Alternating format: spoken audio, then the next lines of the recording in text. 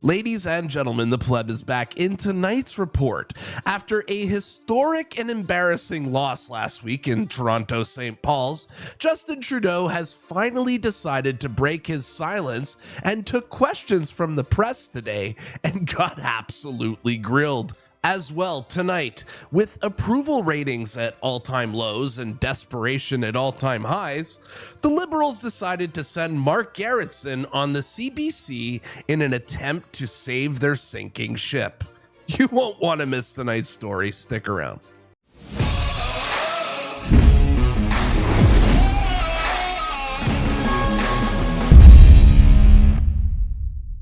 Before we start this report, just want to remind you guys, please double check if you're still subscribed to this channel. I'm still receiving many comments now from people who say they don't even get notifications for my videos anymore when they have the bell on. So please double check that you're still subscribed. Let's fight this woke censorship and let's start the report. Welcome to your Wednesday report. Let's get right into this Trudeau press conference because we have all been waiting to hear from the Prime Minister. It's been an entire week where Trudeau has been silent about last week's embarrassing loss in Toronto. And with rumors of his team currently in revolt, members of his caucus demanding his resignation privately, the press had many questions for Justin Trudeau, and today they absolutely grilled him. Let's bring it over to the press conference. Just look at that smile. Makes me literally want to throw up, but let's get through this together. Following up. Thank you. On another topic, we understand you met with members of your caucus executive this week. What was your takeaway from that meeting? Listen, there are lots of conversations going on about how we make sure we keep working hard to deliver for Canadians. People are facing challenging times, and that's where stepping up on things like dental care, on more spaces in childcare, more construction of housing, better delivery of services, including a national school food program, growing the economy with greater investments from around the world in good green jobs and careers. These are the things that we need to continue to focus on as Canadians are facing challenging times right now, and we will continue to do that.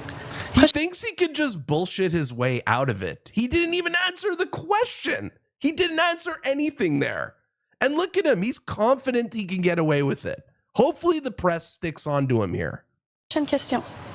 Good morning, Prime Minister. Marika Walsh with the Globe and Mail. Why are you refusing to meet with the National Caucus? Your MPs are calling for an urgent in-person meeting of all MPs. Why are you refusing? And do we interpret from that you don't care what they have to say? He doesn't want to meet with them because he truly believes he's the king of Canada. He's above us all. He, in his own delusional mind, he truly believes he's the best leader Canada has ever had. So why should he have to meet with his caucus? Everything's going great. Listen, according to Trudeau. Let's be very clear. Last week's by-election loss, not to sugarcoat it, was challenging. Was something we need to take seriously, and we've been engaged in. You lost one of the most liberal ridings in the whole country. This is not bad. This is thermonuclear. You should have never lost that riding. And the only reason you lost that riding is because Canadians hate you. Lots of important conversations. I've had lots of calls with different members of caucus from across the country, not just in the GTA, to talk about how we make sure we're continuing our work connecting with Canadians, to make sure we're continuing to deliver for people. There are, as always, a range of perspectives and voices within the Liberal Party, and listening to all those voices and giving them all time to engage is really, really important. And that's what we've been doing, and what I'm going to continue to do while we stay focused on delivering for Canadians. Once again, a complete non-answer. Justin Trudeau is so down bad right now that he can't even admit to himself that his own caucus doesn't even like him. This is absolute delusions. But let's take it back over to the press conference. He just answered a question in French. He thought that he was going to get away with his last answer, but thankfully the media are doing their job here and they're going to ask him a follow-up. Watch. As a follow-up, it doesn't matter whether you're a Liberal or a Conservative in Canada. Voters tend to give Prime Ministers, or have always given Prime Ministers in the last 100+ years, the door after 9 or 10 years. Why do you think you're different? Listen, there is a challenge faced by democracies all around the world right now. Whether we look at what's going on in France, whether we look at the election in the United States, whether we look at any democracy around the world where we are seeing increasing challenges to people's well-beings, greater anxieties, an erosion of democratic principles and rights, this is a really important time for governments to step up and deliver concretely for citizens, to restore and encourage faith in the institutions that are there, to deliver things like more childcare spaces, to deliver better access to dental care for people who don't have insurance, to deliver more housing with the most ambitious housing plan this country has ever seen. These are the things that we need to stay focused on, and that's exactly what I'm working hard on right now. All right, let me see if I got this correct here. Trudeau wants to stay on so he could save the world from Donald Trump and the far right and Marine Le Pen and all the conservative governments that are on the rise right now all across the world. Newsflash, Justin Trudeau, the reason that conservatives are rising all across the globe and there's this conservative wave over the planet is because of you. You are the reason. People like you are the reason that populism is on the rise. And as I always say, liberals and leftists, they lack that self-awareness. They have no ability to criticize themselves. And I'm going to tell you something. Justin Trudeau has red-pilled more people in this world than anyone else. That's just a fact. All right, let's get to the last question here. Next question. Sarah Levitt, CBC. With all due respect, my two colleagues have asked the same question and they have not received a specific answer. The question is, Wow. Guys, the CBC is grilling him here. The CBC is asking a follow-up to the follow-up to the follow-up. What are we witnessing? you hold a national in-person caucus with your party, with the MPs? As I've said, I will continue to engage and to talk and to listen and to meet with all my MPs from across the country to talk about how we can both understand what we need to improve on, given last week's by-election defeat, but also how we continue to be there for Canadians in a really important moment. People are anxious in Canada and around the world, and a government needs to be stepping up to deliver for people, whether it's delivering more housing and support on rents, whether it's delivering more spaces in childcare, whether it's delivering dental care services. These are all things that the Conservative Party has said they will cut or eliminate. These are the things that actually matter for Canadians. These are the things that we are focused on as a team. Follow up. There are members of your caucus that are considering leaving if you do stay on. What's your reaction to that? And are you willing to stay? I like this. That's a brutal question. I like it. Good job, CBC.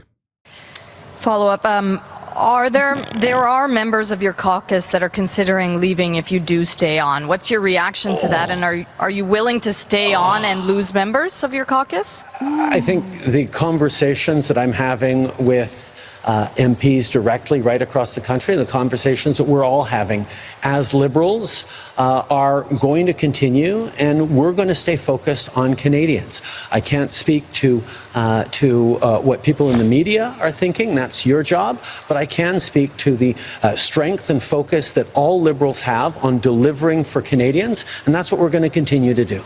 All right, let's unpack this press conference a little bit here. So, Justin Trudeau truly believes he's the savior of the world, who's going to save this world from the far right, from Donald Trump, from Marine Le Pen. And the only reason he can't resign is because he's going to save us. Delusional. Secondly, he's not even going to meet with his own caucus. He's avoiding talking to his own team because narcissists never believe that they are the problem. They're going to have to remove Justin Trudeau by force, and that's going to be absolutely hilarious. Look, as a conservative voter, I am enjoying every single moment of this. I love how delusional Justin Trudeau is.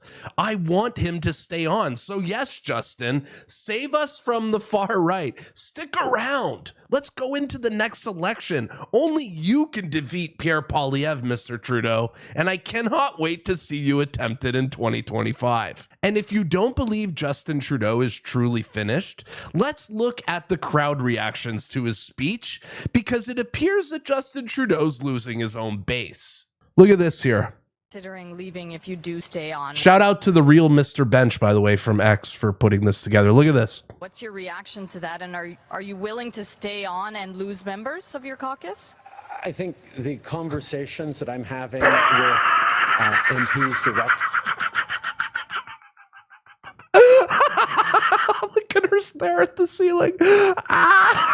The conversations that I'm having with MPs It's over. directly right across the country. It's the totally conversations over. We're all having as Liberals are going to continue, and we're going to stay focused on Canadians. I can't speak to what people in the media are thinking. That's your job. But I can speak to the strength and focus that all Liberals have on delivering for Canadians, and that's what we're going to. Man, Justin Trudeau has lost the gray-haired white ladies. That is his base. It cannot be any more over for this guy. And when I say it's over for the Liberals, I mean it's really over, because yesterday on the CBC, the Liberals are sending in their dumbest, their least talented MPs in an attempt to save the party.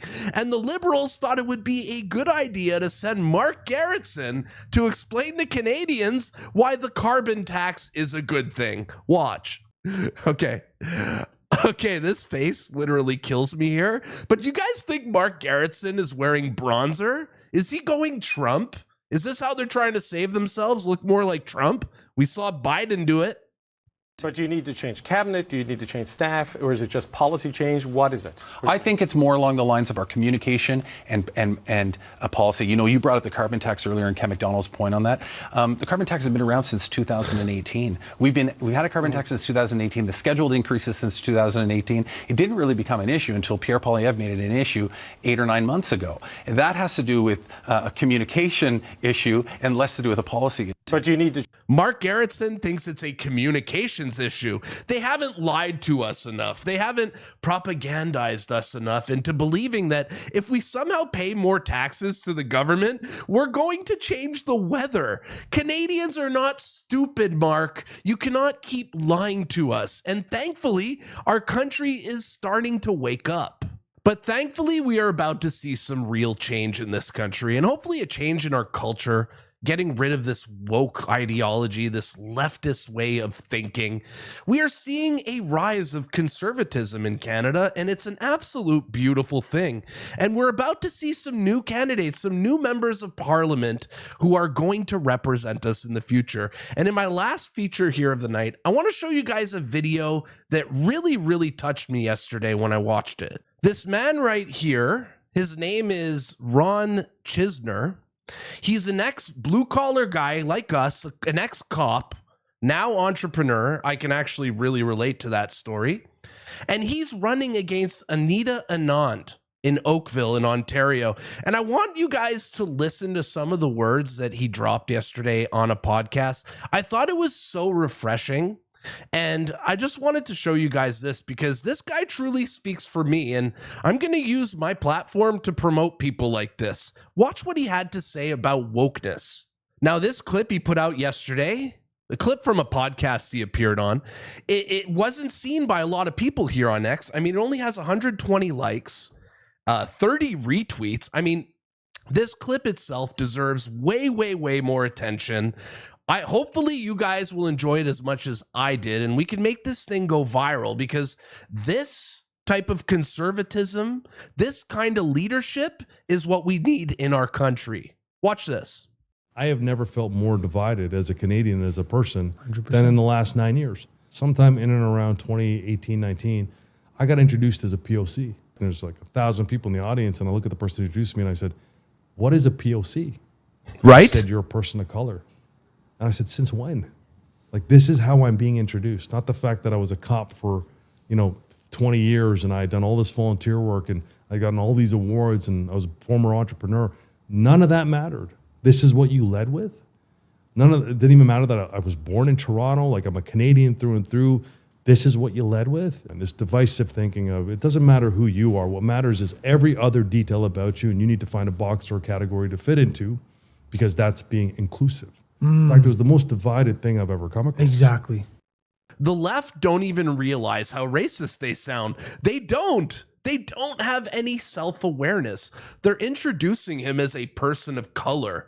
No, his name is Ron. He's a Canadian. He's an ex-cop. He's an entrepreneur. Why are you leading with the color of his skin? I mean, is this not what we fought for in civil rights, was to judge someone based on the content of their character? I mean, why are we so divisive in this country? Why are we trying to separate everybody? We are all Canadians. And hopefully, with a conservative government coming in this country, we can actually implement some real change in the way we think as Canadians into our culture. Because this super woke, progressive mindset is destroying us. It's dividing us. And hopefully we see more messaging like this from the conservatives. I love it. I have always said that we need more blue collar type guys representing us here in our government. People who speak like us. And you know what? We should support this guy. So let's go follow him on X, okay? At Real Ron Chhinzer. And guys, it's Real Ron, CHHINZER.